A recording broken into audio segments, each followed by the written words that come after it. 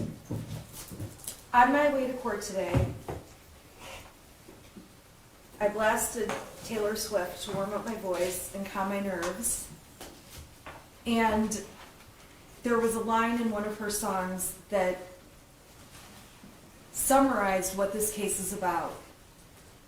Band-Aids don't stop bullet holes. And that's what this case is about. It's about the prosecution attempting to put a Band-Aid on problems that can't be fixed with a Band-Aid. The prosecution has charged Jennifer Crumbley with involuntary manslaughter in an effort to make the community feel better, in an effort to make people feel like someone is being held responsible, in an effort to send a message to gun owners, and none of those problems will be solved by charging Jennifer Crumbley with involuntary manslaughter. It's the same effect as when your child comes to you with a boo-boo and you give them a Band-Aid that they put on that doesn't take away the pain and can't undo what's happened to them. And in this case, a Band-Aid will never bring back the lives that were lost by Hannah, Justin, Tate, and Madison Baldwin. And the evidence in this case is absolutely horrific. Much of the evidence is going to make you sick and disgusted and scare you, traumatize you, and quite frankly, there's no reason the evidence needs to be shown. Mrs. Crumbley, myself, everyone in this courtroom agrees that on November 30th, 2021, the worst possible thing happened when Ethan Crumbley used a gun and terrorized the Oxford High School. So as you are watching the evidence, I ask you to keep in mind that much of what the prosecution is going to show you is going to alarm you and disgust you and be horrifically sad and tragic, but that evidence is about about the shooter. And in this case, we have agreed to call Jennifer Crumbley's son the shooter because he is the shooter and he is the one, as you will see from the evidence, who was responsible for the tragedy that unfolded on November 30th of 2021. Prior to November 30th, Jennifer Crumbley was the mother to a 15-year-old son, and she did not have it on her radar in any way that there was any mental disturbance, that her son would ever take a gun into a school, that her son would ever shoot people. The evidence at trial is going to show you that Jennifer Crumbley did the best she could as a mother to a child who grew up into a teenager and had no way to know what was going to happen. Jennifer Crumbley raised a son that she took to soccer practice, basketball, bowling. She's the kind of mother who, when a mole on his back changed color, a 1 millimeter mole, she took him to urgent care. She's the kind of mother who's texting her husband, who is at home, working from home, "Where is Ethan? Where is Ethan? Where is Ethan?" at 3:14 in the afternoon, getting texts back saying, "Ethan gets home at 3:16, what's your problem?" And she keeps texting, "Where is he? Where is he?" You will see that if anything, Jennifer Crumbley was a hyper-vigilant mother who cared more about her son than anything in the world. Jennifer Crumbley is not a perfect parent, and we don't claim that she is. But what the evidence is going to show in this case is that the prosecution has very selectively pulled out slivers of evidence from a forest of trees to try to convince you that there was something wrong with Ethan and Jennifer Crumbley, as his mom, should have known. And at the end of the day, these slivers of evidence that are going to be presented to you will have no context and no explanation, and the defense will agree that on their face it looks bad. But like any of you who look back at text messages sent a year ago, they may look bad without context and explanation. And so we would ask that you reserve any judgment on these slivers of evidence until the defense presents evidence itself, and we will be presenting evidence in this case, to show the context and what was truly happening on these days that the prosecution is going to try to make you believe something more was happening. By way of example, the prosecution has one day where they claim Ethan needed help and Jennifer Crumbley was out with her horse. James Crumbley was with her at the barn. They had just gotten a new horse. Ethan is 15 years old at home, claiming there's a demon in the house, there's something going on, and the prosecution is going to try to use this one little point in time to convince you that Jennifer Crumbley was somehow neglecting her son. Much of the evidence in this trial is also going to center around James Crumbley, who is not on trial in this case. He has a separate trial, as Mr. Keese told you. You're going to hear evidence that James Crumbley and Ethan Crumbley liked guns. They had 3 guns. 2 guns that were purchased earlier in 2021, and a gun that was purchased at a Black Friday sale the day after Thanksgiving in 2021. You are going to hear evidence that James and Ethan went to the shooting range often, that James was responsible for storing the guns, and to be quite frank, Jennifer Crumbley didn't know anything about guns. Jennifer Crumbley, you will hear evidence, she went to the shooting range one time with James and the shooter, and she went a second time after the gun was bought. She was attempting to find a way to spend time with her son, who had just lost a dog, his friend had moved away from him. She's trying to find a way to connect to him, but on that day, when Jennifer Crumbley went to the shooting range, you will hear evidence that she didn't even know where the gun was or how to put it in the car. She had her husband prepare the gun to take it to the range. He had hid the gun in the bedroom of their home. The gun had a cable lock, a trigger lock in place. James Crumbley had the key to the trigger lock that kept the gun secure. James Crumbley used the trigger lock key, took the cable lock off, put the gun in the back of Miss Crumbley's car. Mrs. Crumbley simply drove to the gun range. You will see video of their experience at the gun range, and you will see that the shooter is the one showing Mrs. Crumbley how to use the gun at the range. And when they're done at the range, the gun was placed back in the back seat of the car, not back seat, but the back of an SUV. And Jennifer Crumbley drove home, and not being responsible for storing the gun and not even knowing where the gun specifically was placed, Jennifer Crumbley left the gun locked in the trunk, the back part of her SUV.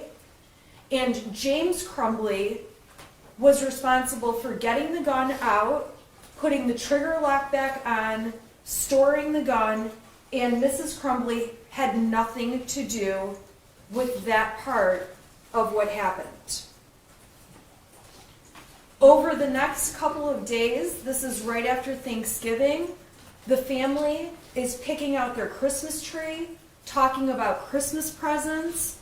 There was certainly some sadness in the shooter's life, but nothing that would have amounted to any reason to believe he's going to shoot people or commit a school shooting. You will hear testimony that on the day of the shooting, Jennifer Crumbley went to work. She is essentially the breadwinner at this time. Mr. Crumbley was in between jobs. He's about to get a job offer. Mrs. Crumbley is trying to keep the household finances up. She's at work, and she finds out through an email and text message that her son has drawn this alarming drawing the prosecution put on the screen. Jennifer freaks out when she sees the drawing. You will see the text messages that show she's urgently texting her husband, emergency, call me now, and she races out of work and goes to the school. Upon arriving at the school, she meets with Sean Hopkins, the school counselor. She meets with Nick Ejak, the school principal, and she meets with James Crumbley and the shooter. And they are all in a room together where the shooter explains why he has put together this drawing and what the drawing means. The family and the school talk about how a counselor would be a good idea for the shooter to get into some kind of counseling. The meeting is not nearly as severe as Mrs. Crumbley was initially expecting.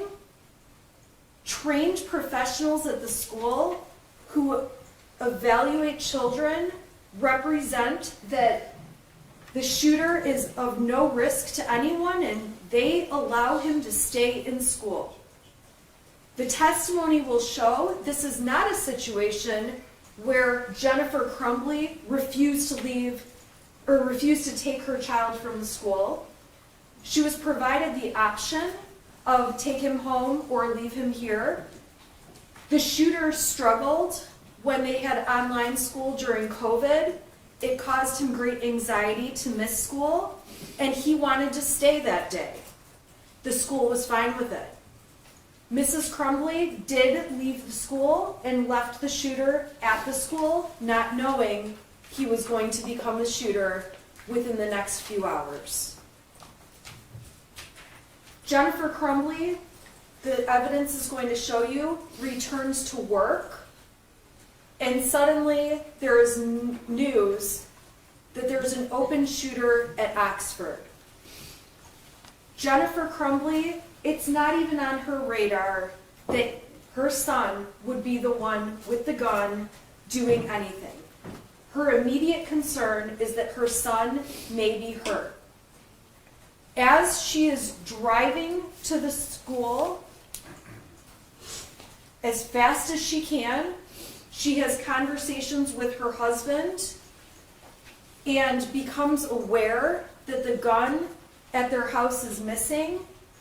And in Jennifer Crumbley's mind, and you will hear evidence of this, she believes that perhaps her son has done something stupid, like taken the gun and shot it in the air or done something.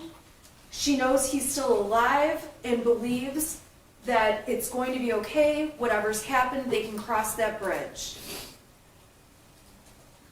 A little bit later, there's more conversations, and Mrs. Crumbley becomes concerned that the shooter is actually attempting suicide, and Jennifer Crumbley texts her son, "Ethan, don't do it." It still has not crossed her mind that he would ever shoot another person. Ultimately, Jennifer and James Crumbley are called to the substation where they learn that their son has become a school shooter and has shot people, and that there are fatalities. Jennifer Crumbley will tell you she still could not believe that was true. and went into a complete state of shock and despair and stress and not knowing realizing her life and everyone's life was going to change. And her initial comments are about how could her son have ruined so many lives that day. Jennifer Crumbley sees her son at the substation, and for the first time, when he looks at her, his eyes looked black. And it was a son she did not recognize. Jennifer Crumbley and James Crumbley go back to their house where law enforcement execute a search warrant. Law enforcement takes their cell phones, which the Crumbleys handed over. The Crumbleys have to go and buy burner phones or track phones so they have something to use to be in touch. They begin to realize that there are death threats around their house. People are planning riots around their house, and they cannot be in their home. Jennifer Crumbley and James Crumbley drive to a hotel where they spend the night. They are trying to figure out what is happening, and all Jennifer can think about are the things she believes she can control, like keeping her job, keeping health insurance, figuring out money, figuring out lawyers, and trying to digest what has just absolutely tragically unfolded. In the days following the event, while the prosecution says the evidence will show Jennifer Crumbley is lying, Jennifer Crumbley is truthfully telling the world she had no idea and finding out that she is about to be charged in this Band-Aid effort by the prosecution with involuntary manslaughter.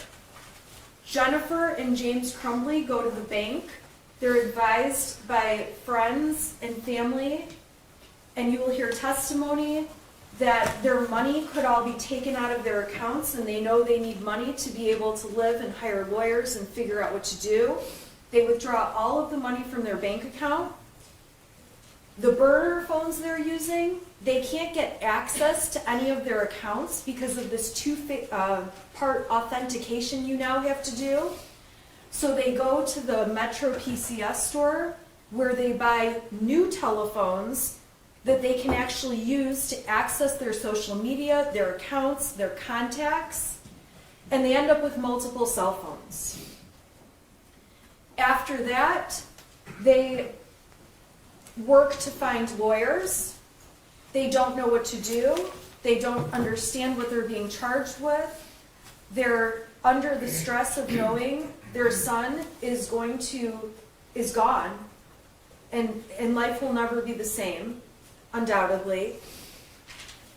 And on Friday, December 3rd, the Crumbleys find out when a press conference is held that they are being charged with 4 counts of involuntary manslaughter. And at that point, they attempt to try to figure out what to do, where to stay, where to go, what to do. And they ultimately ask a friend if they can stay at his art studio until they know where to go and what to do. They make plans to turn themselves into the court on Saturday morning, because remember, this is late in the day Friday. Saturday morning at 8:30 when the court opens up and does weekend arraignments. And overnight, the prosecutor's office, the sheriff's department, the fugitive apprehension team, the U.S. Marshals have a statewide search claiming that James Crumbley and Jennifer Crumbley are on the lam, they are running, they are fleeing, they are trying to avoid charges, and it couldn't be any further from the truth. They are at their friend's art studio, they are waiting for instructions, and they are waiting to turn themselves in first thing Saturday morning when arraignments take place at the court. James and Jennifer Crumbley are sleeping on a mattress in the middle of the night. When police locate them, you will hear evidence. They're not really hiding. They're standing outside their car, their vehicle, smoking cigarettes. They're standing outside their car, talking on the telephone. They're communicating with various people they know. There's absolutely no evidence to suggest that they're fleeing. You will see body camera footage where when police come into the art studio to find them dead asleep on this mattress, they are cooperative, they are taken into custody, and they are arrested.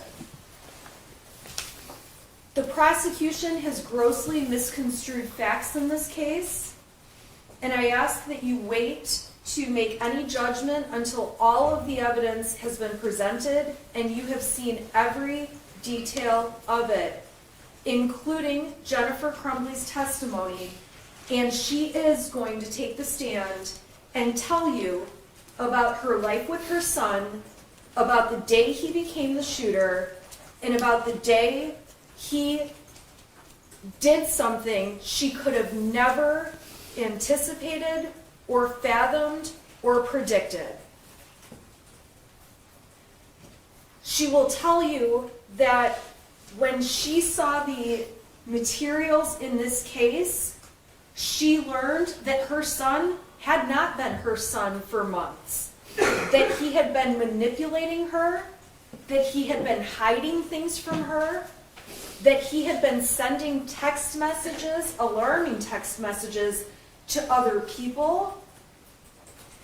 You will hear that the school never advised Mrs. Crumbley of problematic issues that if she had heard about, she would have jumped right on top of it.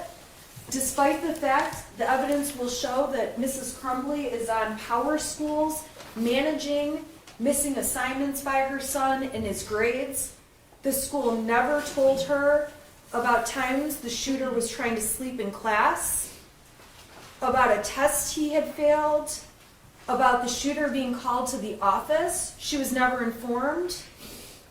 You will hear testimony. She was never informed that the shooter wrote an autobiographical get-to-know-you poster where he says he feels terrible and his family's a mistake. The school never notified Mrs. Crumbley of this.